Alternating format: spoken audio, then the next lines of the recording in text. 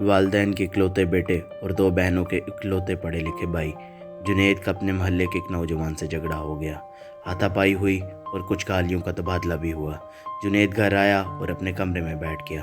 اس نے اپنے دشمن کو مارنے کا فیصلہ کر لیا اور الماری سے پستول نکالا۔ اچانک اسے اپنے ایک دوست کی نصیحت یاد آ گئی۔ دوست نے اسے ایسا کوئی بھی انتہائی قدم اٹھانے سے پہلے 30 منٹ کے لیے واردات کے بعد کی صورتحال تصوراتی طور پر دیکھنے کا کہا تھا۔ جنید نے تصور میں اپنے دشمن کے سر میں 3 گولیاں فائر کر کے اسے ابدی نیند سلا دیا۔ 1 گھنٹے کے بعد وہ گرفتار ہو گیا۔ گرفتاری کے وقت اس کے والدین اور 2 بہنیں پھوٹ پھوٹ کر رو رہی تھیں۔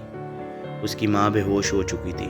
مقدمہ شروع ہوا تو گھر خالی ہونا شروع ہو گیا۔ ایک کے بعد ایک چیز بکتی گئی۔ بہنوں کے پاس تعلیم جاری رکھنا ناممکن ہو گیا اور ان کے ڈاکٹر بننے کے خواب مقدمے کی فائل میں خرچ ہو گئے۔ بہنوں کے رشتے آنا بند ہو گئے اور ان کے سروں میں چاندی اترنے لگی۔ جیل کی سلاخوں کے پیچھے ہر ہفتے والدین اور بہنیں ملاقات کے لیے جاتے۔ بہنوں کا ایک ہی سوال ہوتا کہ بھیا اب ہمارا کیا ہوگا، ہم آپ کے ناز کس طرح اٹھائیں گے، اور بھائی کے پاس کوئی جواب نہ ملا۔ فیصلے کا دن آیا اور جنید کو سزائے موت سنا دی گئی۔ سزائے موت کی تاریخ مقرر ہو گئی۔ 25 منٹ گزر چکے تھے اور جنید کے جسم پر لرزہ طاری ہو چکا تھا۔ جیل میں وہ اپنے موت کے قدم گن رہا تھا اور گھر میں والدین اور بہنیں اپنے قرب اور اذیت کی جہنم میں جلس رہے تھے۔ جنید کی آنکھوں پر کالی پٹی باندھی گئی اور اسے پھانسی گھاٹ کی طرف لے جایا گیا۔ 29 منٹ ہو چکے تھے۔ پھانسی گھاٹ پر پیر رکھتے ہی 30 منٹ پورے ہو گئے۔ جنید پسینہ پسینہ ہو چکا تھا۔ اس کے جسم میں کپ کپی تاری تھی۔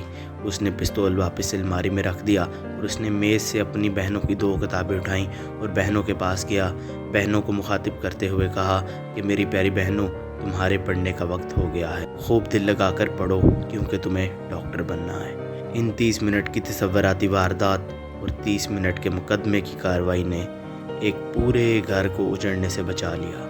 آپ اپنی زندگی میں یہ 30 منٹ اپنے لیے ضرور بچا کر رکھیے گا۔ یہ 30 منٹ کی تصوراتی اذیت آپ کو زندگی بھر کی اذیت سے بچا لے گی۔